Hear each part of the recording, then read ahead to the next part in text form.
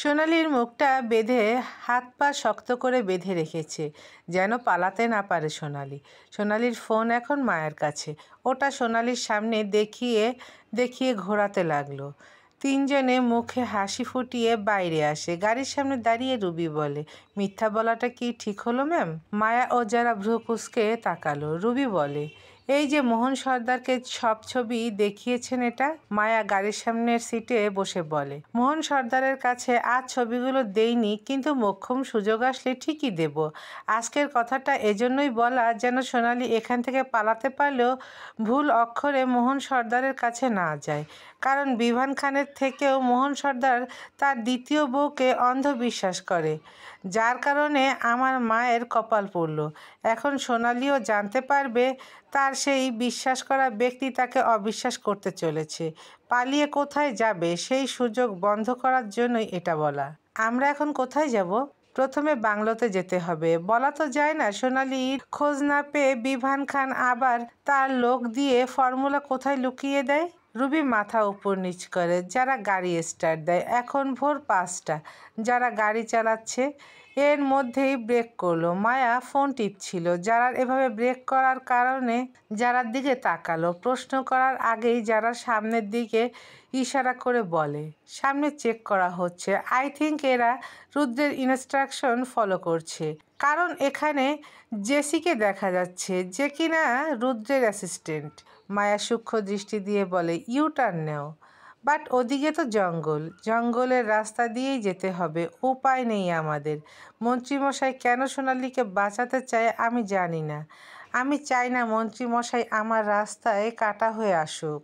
Exactly, কিসের ভিত্তিতে এমন বলছো তুমি? তোমার মন্ত্রীমশাই তুমি ব্যতীত কিছুই বোঝে না, তার সমস্ত ভাবনা জুড়ে তো তুমি। আমি এটা বলছি কারণ আমি নিজের কানে শুনেছি। তাজকে আক্রমণ করার আগের দিন মন্ত্রীমশাইকে বাবার সাথে মিটিং করতে শুনেছি। সেখানে মন্ত্রীমশাই নিজে বলেছে এই সোনালির ক্ষতি সে কোনো মতেই হতে দিবে না। দরকার হয় আমাকে কিছুদিনের জন্য সর্দার মহলের বাইরে রাখবে। Can you imagine? যারা আমাকে সরিয়ে দিয়ে ওই সোনালিকে প্রোটেক্ট করবে মন্ত্রীমশাই। যারা গাড়িটা জঙ্গলের দিকে ঘুরিয়ে নিচ্ছে। রুবি পিছনের সিটে বসে বলে, ম্যাম ছোট মুখে একটা বড় কথা বলতে পারি? মায়া পিছনে ঘুরে তাকালো শান্ত দৃষ্টিতে। আমি কি তোমাকে ছোট নজরে দেখেছি কখনো? রুবি একটু মৃদু হেসে বলে, আসলে ম্যাম আমার সংসার জীবন নিয়ে আইডিয়া নেই, কিন্তু ভালোবাসা নিয়ে তো আছে। আমি যতটুকু জানি রাজ স্যার আপনাকে নিজের থেকে আলাদা করার চিন্তা তো দূর, তার স্বপ্নে আসলেও সেই স্বপ্ন চূর্ণ বিচূর্ণ করে দিবে। তাই বলছি স্যারের সাথে একবার পরামর্শ করে নিলে ভালো হতো। তোমার স্যার আমাকে জানিয়েছে একবারও কেন সে সোনালিকে বাঁচাতে চায়? যেহেতু তার উদ্দেশ্য আমার থেকে গোপন রাখা, নিশ্চয়ই জিজ্ঞাসা করলেও উত্তর আমি পাবো না। রুবি কথাটার প্রেক্ষিতে কিছুই বলতে পারলো না। যারা গাড়ি চালাচ্ছে পিচ ঢালা রাস্তা বাদ দিয়ে জঙ্গলের ভিতরে, কোথাও ঘাস তো কোথাও মাটি, এমন রাস্তার ওপর দিয়ে গাড়ি চলছে। বেগ পেতে হচ্ছে সবার, গাড়ি চালাতেও অসুবিধা হচ্ছে, তাও চালিয়ে যাচ্ছে। এর মধ্যেই হঠাৎ করে মায়ার গা গুলিয়ে আসে। রুবি মাথা এগিয়ে বলে, কি হয়েছে ম্যাম? বিশ্রী গন্ধে বমি আসছে আমার। বাট ম্যাম এখানে তো তেমন বাজে গন্ধ নেই। আমি পাচ্ছি তো, গাড়ির ঝাঁকুনিতে মাথা ঘুরছে কেমন। আপনার শরীরটা ভালো না ম্যাম? রিকভার করেছেন রিসেন্টলি, বেড রেস্ট প্রয়োজন আপনার, তার মধ্যেই ধকল যাচ্ছে আপনার। It's okay Ruby, I can manage. Ruby কথা বাড়ালো না, পানির বোতল এগিয়ে দিল। মায়া পানি পান করে। জঙ্গল পেরিয়ে আরেক পিচ ঢালা রাস্তায় আসলো গাড়ি, যেটা পিছনে থাকা পুলিশদের পিছনে। ওরা জানতেও পারলো না ওদেরকে ক্রস করেছে মায়া, যারা ও রুবি। অবশেষে পৌঁছে গেল সোনালি ও বিভান খানের গোপন বাংলোতে, যেখানে আছে গার্ড, যারা সামনের দিকে চোখ রেখে বলে, ধূর্ত মহিলা সব জায়গায় সিকিউরিটি দিয়ে রেখেছে। মায়া ক্লান্ত হয়েও মাথা নাড়িয়ে বলে, আমাদের এখন পিছন দিক দিয়ে ঢুকতে হবে। আমি আমাদের গার্ডদের কল করে আসতে বলি, যাওয়ার সময় যেন ঝুঁকিতে না পড়তে হয়।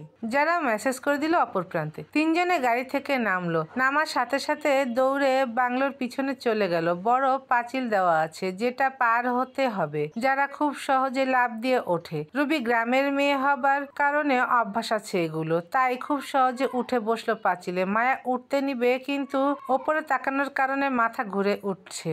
যারা মায়ার দিকে তাকিয়ে বলে, কি হলো? গা কাঁপছে খুব। যারা হাত বাড়িয়ে দিয়ে বলে, আমার হাত ধরো। মায়া ধরলো যারার হাত, তা উঠতে পারছে না। যারা এখন বুঝলো মায়ার শক্তি প্রয়োগ করা সম্ভব না, তখন নিজ শক্তি দিয়ে মায়াকে টেনে তুলতে নেয়। রুবি গিয়ে মায়ার আরেক হাত ধরে। তিনজনে একসাথে লাফ দিয়ে বাংলোর পেছনের দিকে বাগানে পড়ে। মায়া মাথায় হাত দিয়ে চোখটা খিচে বন্ধ করে। যারা দেখে বলে, লক্ষণ ঠিক লাগছে না, তোমাকে গাড়ির ভিতর রেখে আসলেই ভালো করতাম। সমস্যা নেই, আমাদের এখন যেতে হবে। তিনজনে মিলে গেল দরজার কাছে। রুবি চাবি দিয়ে বলে, এই যে চাবি। যারা নিজে দরজা খুললো। ভিতরে অন্ধকার, কেউ আসে না তেমন। বাইরেও শুধু গার্ড। ভিতরে আসার প্রয়োজন নেই, বিভান খান নিজেই তো থাকেন না এখানে। আশপাশ থেকে আলো দেখা দিচ্ছে। কাচের জানালা হবার কারণে সুবিধা হলো সবার। ভিতরের দিকে ঢুকে লকার খুঁজছে তিনজনে। আচমকা মায়া ঢলে পড়লো যারার পিঠের উপর, আবার উঠে মাথা চেপে ধরে। যারা পিছনে ঘুরে রুবিকে বলে, তুমি মায়াকে ধরো, আমি দেখছি লকার কোথায়, পাওয়ার সাথে সাথেই কল দিব।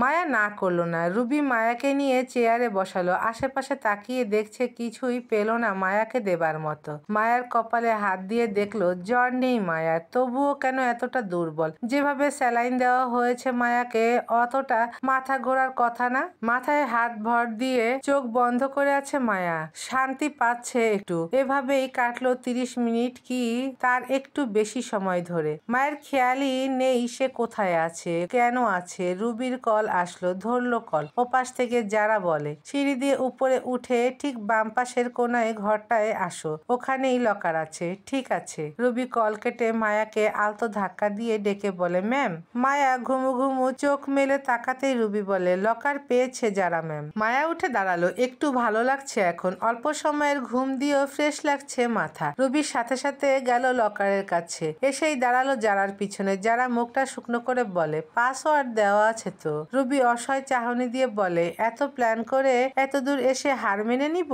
তিনজনেই ভাবুক হয়ে আছে। এর মাঝেই কোনো বুদ্ধি না পেয়ে মায়া বলে, একটাই উপায় আছে। যারা ও রুবি প্রশ্নসূচক চাহনি দেয়। মায়া বলে, লকার ভাঙতে হবে। ইটস ক্রাইম ইউনো মায়া।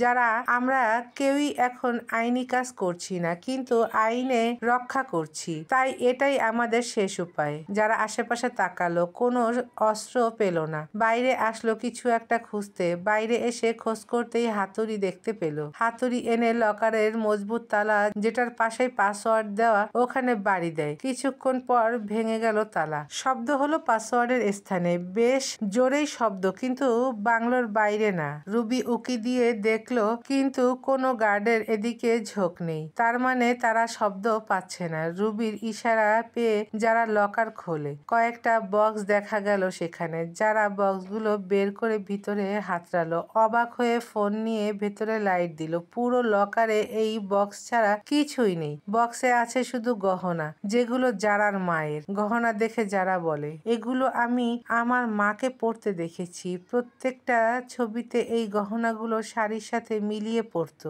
একটু ইমোশন হয়ে গেল যারা, কান্না থামিয়ে বলে, কিন্তু ফর্মুলা কোথায়? যারার কথা শুনে মায়া অবাক হয়ে বলে, এর ভেতরেই তো আছে। লকার ফাঁকা। মায়া এবার রুবির দিকে ফিরে তাকালো। সন্ধিহান নজরে তাকালো। রুবি ঢোক গিলে বলে, আমি ওদের মা ছেলের সমস্ত কথা শুনেছিলাম ম্যাম। এখানেই এই বাংলো আর এই লকারে রেখেছে ফর্মুলা। ডকুমেন্ট আছে সর্দার মহলে, যেটা আদায় করতে গেলে সর্দার মহলের প্রপার্টি ও বাড়ির ডিজাইনের পেপার লাগবে, যেগুলো সব একসাথে শাহরিম রাজের নামে। এগুলো নিজের আয়ত্তে করতে হলে স্যারকে প্রয়োজন। স্যার অতি সহজে দিবেন না বলেই তো সোনালি একবার যারা ম্যামের সাথে স্যারের বিয়ে দিতে চান, আবার আরেকবার আমার সাথে, কারণ আমাকে মোহনা ভেবেছিল। মোহনা পারবে স্যারকে নিজের করে প্রপার্টি দিতে। মহসিন সর্দার যে এটাই চেয়েছেন। আমি সত্যি বলছি ম্যাম, আমার শোনা প্রত্যেক গোপন কথা আমি আপনাকে বলেছি, কোনো কথা গোপন করিনি। মায়া নিজেও ভাবছে আসলেই রুবি কোনো কিছু গোপন করেনি, কারণ কাল যখন মিহির তার ঘুমের সুযোগ নিয়ে সোনালির সাথে কথা বলে তখন স্পষ্ট শুনতে পায়, ফর্মুলার দলিল পাওয়ার আগে ফর্মুলা তোমাদের বাংলো থেকে সরিয়ে দাও মম, রিস্ক আছে ওখানে ফর্মুলা থাকলে। তাহলে রুবির পক্ষে মিথ্যা বলা সম্ভব না? মায়া একটু ভেবে বলে, এই কাজটা কে করতে পারে? সোনালির অবস্থা এমনিতেই ভালো নেই, আমাদের কাছে বন্দিও। মিহিরকে নিয়ে মোহন সর্দার হাসপাতালে যায়, রাস্তায় মোহন সর্দার ঘুমিয়েই পড়েছে, কারণ সেও তো শরবত খেয়েছিল। ওখান থেকে আমরাই মিহিরকে কিডন্যাপ করিয়ে অন্য জায়গায় রেখেছি। তাহলে অবশিষ্ট আছে মন্ত্রীমশাই। তাহলে কি মন্ত্রীমশাই এই ফর্মুলা নিজের টেকনিকে নিবে বলেই সোনালীকে সুরক্ষিত রেখেছিল?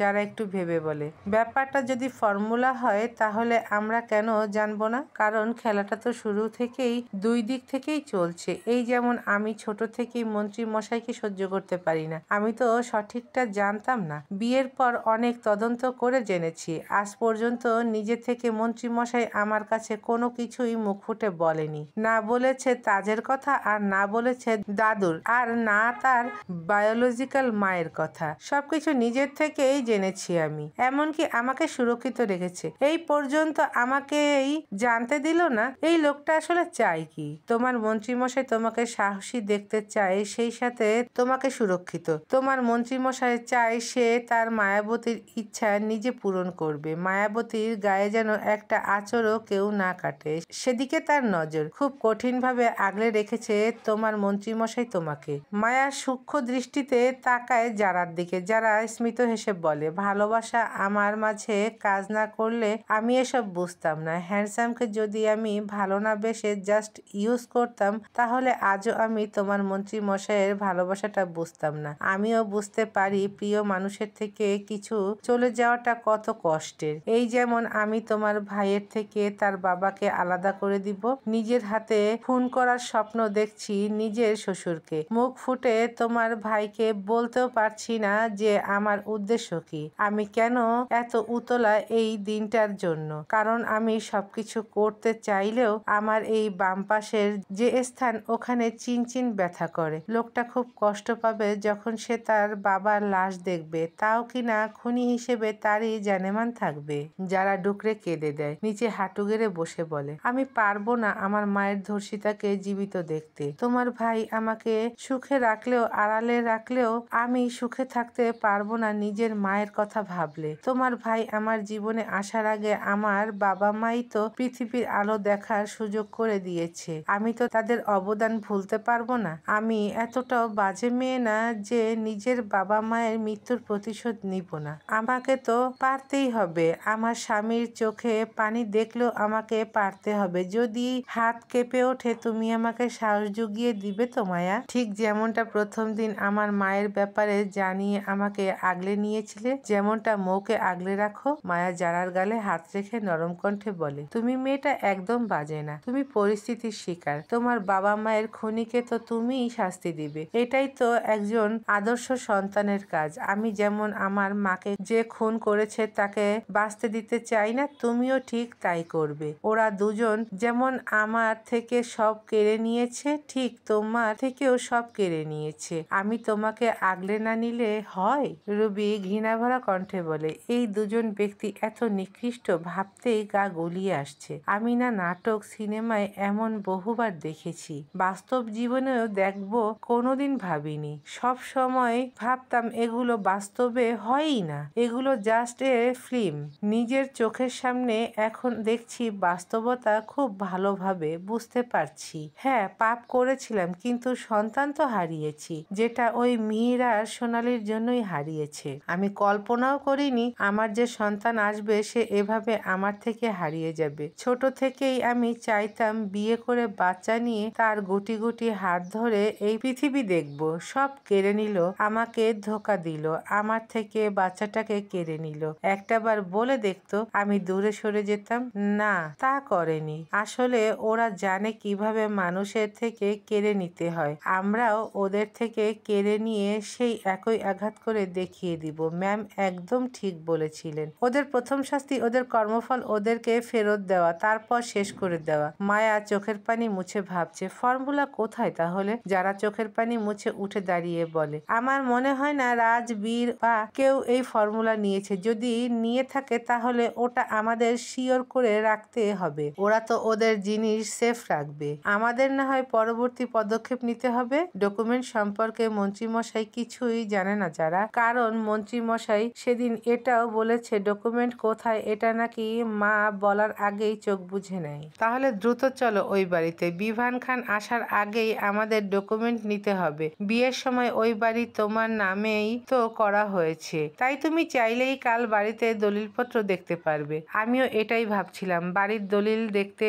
পারবো, কিন্তু এটা শিওর করব কিভাবে যে ফর্মুলা কার কাছে? আগে যেতে হবে আমাদের, কিন্তু এখন আমরা পিছনের গেট থেকে যাব না। তাহলে সদর দরজায় চোখ রাখো। মায়া জানালার বাইরে চোখ রাখতেই দেখে যারার গ্যাং চলে এসেছে। ওরা সবাইকে স্প্রে দিয়ে অজ্ঞান করে দিচ্ছে। মায়া হাসলো শুধু। তিনজনে চলে গেল বাড়ির আড়ালে রাখা গাড়ির দিকে। গাড়িতে উঠে পানি পান করে মায়া। সকাল 6টা এখন। চারদিকে সূর্যের আলো ছড়িয়ে পড়েছে, সবকিছু স্পষ্ট দেখা যাচ্ছে। যারা গাড়ি থামিয়ে শুকনো ঢোক গিলে মায়া মৃদু হেসে বলে, ভাইকে এত ভয় পাও? তোমার ভাইকে ভয় না পাওয়ার একটা দিক দেখাও তো। একটু হলেই যেভাবে গলা চেপে ধরে, নিঃশ্বাস মনে হয় চলেই যাবে। রুবি অবাক হয়ে বলে, আপনি কিছুই বলেন না? হুম। কেন? কারণ লোকটা আমাকে রেগে আঘাত করলেও আমাকে জানে মেরে ফেলার মতো মনোবল শক্তি সে রাখে না, কারণ আমি তো তার একমাত্র জানেমান। তিনজনে মৃদু হেসে গাড়ি থেকে নামে। মায়া নেমেই রুবির দিকে তাকালো। রুবি বলে, আমি ভিতরে যাচ্ছি না, তাজ আসবে একটু পরে, ওকে নিয়েই ভিতরে যাব। তাজকে বলেছ তো মিহিরের নাম নিয়ে কিভাবে থাকতে হবে? বলেছি তো সবকিছু। বিভান খান এবার বুঝুক তার সন্তানের থেকে লাথি খেতে কেমন লাগে, যদিও সে আপন সন্তান না, রূপটাই নিয়েছে জাস্ট। মায়া মৃদু হেসে যারার সাথে ভিতরে ঢুকছে। ভিতরে এসে দুজনে অবাক। রাজ আর বীর বসে আছে সোফায়, দুজনের চোখ লাল। রাজ সাদা পাঞ্জাবি পরে আছে আর বীর কালো স্যুট। মায়া ও যারা দাঁড়াতেই বীর উঠে এসে যারার কোমর চেপে ধরে যারাকে কাঁধে তুলে হাঁটতে থাকে জাস্ট রুমের দিকে, আর বলে, আমারটাকে আমি দেখছি, তোরটাকে যেন আবার মিনি বিড়াল সেজে ছাড় দিবি না। বউগুলো একটু বেশি বেড়ে গেছে, অবাধ্য হতে থাকলে খাঁচার পাখি কিভাবে খাঁচায় আনতে হয় দেখিয়ে দিবি। মায়া হাঁ করে দেখছে আর বলে, আমি তোমার বোন হই, স্বামীর অবাধ্য মেয়ে আমার বোন হলেও লাভ নেই। বোন তো একজন আছেই, সাথে বউও আর একজন, দুজনেই একদল হয়ে আমাদের জীবন ঝালাপালা করে দিল। মায়া আরো কিছু বলতে নিবে, রাজ মায়ার বাহু চেপে নিজের দিকে ঘুরিয়ে শাসনের সুরে বলে, আব্বে এই মায়াবতী, তোমার সকল ইচ্ছা পূরণ করব বলেছিলাম, তাই বলে আমাকে টপকে চলে যাওয়ার কথা তো বলিনি। মন্ত্রী মশাই, আমার হাতে ব্যথা করছে, এমনিতেও আমার শরীরটা আজ দুর্বল লাগছে, আর এই দুর্বল শরীর নিয়ে তুমি এত কিছু করলে? কি করতাম আমি? আপনি কেন সোনালীকে বাঁচাতে চান? কারণ তুমি সেদিন সোনালীকে খুন করতে চেয়েছিলে তাই। হ্যাঁ চেয়েছিলাম, কারণ সোনালী আরশাদের সাথে মিলেই ধর্ষণের সাথে জড়িত ছিল। ওর নাম ধামাচাপা, কারণ বাকিরা ওর ইনস্ট্রাকশনে চলে। ওর বিরুদ্ধে কোনো প্রমাণ ছিল না। আমি কোনো অন্যায়কারীকে সমর্থন করব না। আইন আছে, আমি আছি, তুমি কেন ওকে নিজের হাতে শাস্তি দিবে? আপনার আইনকে আমি ঘৃণা করি, সবাই স্বার্থপর, আইন শুধু মুখে মুখে, কাজের বেলায় ঘোড়ার ডিম। সোনালী এখন কোথায়? জাহান্নামে সে। আমি কিন্তু সিরিয়াস। আমিও সিরিয়াস, তাই বলছি বলবো না। দেখো এখন অনেক হিসাব বাকি আছে আমার, ওকে প্রয়োজন আমার, তুমি ওর কোনো ক্ষতি করবে না। কিসের হিসাব মন্ত্রী মশাই? কারণ হলো ওই সোনালীর পায়ের শব্দে থেমে গেল রাজ। পাশ ফিরে দেখে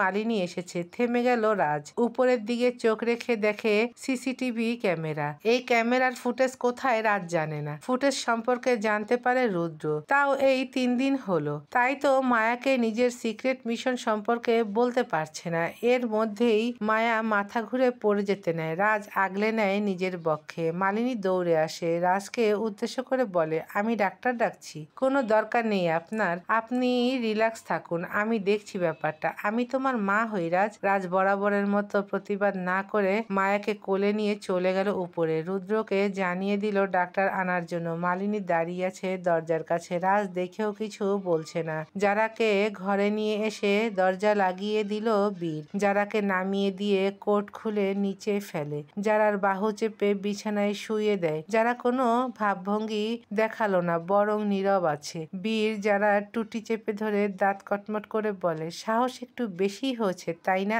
আমার মাফিয়া কুইন? যারা মৃদু হেসে বীরের নাক বরাবর চুমু খেলো। বীর অবাক হলেও ধরে নিল এটা যারার নতুন চাল। কিন্তু যারা বেশি দূর ভাবতে না দিয়ে বীরের অধর নিজের আয়ত্তে করে নেয়। বীরের হাত যারার কোমরে, যারা এক এক করে বীরের শার্টের বোতাম খুলতে থাকে। বীরের উন্মুক্ত লোমশ বুকে হাত দিয়ে স্লাইড করছে, যারা আর অধরের স্বাদ নিতে থাকে। বীর চুপচাপ যারার কাণ্ড দেখছে। বীরের অধর ছেড়ে দিয়ে যারা বলে, I need a junior handsome, please give me. বীর রক্তিম চোখ দিয়ে যারার মুখটা দেখতে থাকে। যারা মুখে হাসি ধরে রেখে বলে, দিবে না। বীর উঠতে নিবে, যারা আবারও বীরের মাথাটা ধরে অধর ছুঁয়ে দেয়। এতদিন মাফিয়া কিং তার মাফিয়া কুইনকে নিজের করতে চাইতো, আজ মাফিয়া কুইন তার মাফিয়া কিংকে নিজের করছে। বীর বাধা দিল না আর। ডাক্তার এসেছে মাত্র। মায়াকে চেক করে বলে, ওনার শরীর তো অনেক দুর্বল, খাওয়া দাওয়া কিছুই তো করেন না। প্রেগনেন্সি ওম্যান এভাবে চলাফেরা করলে তো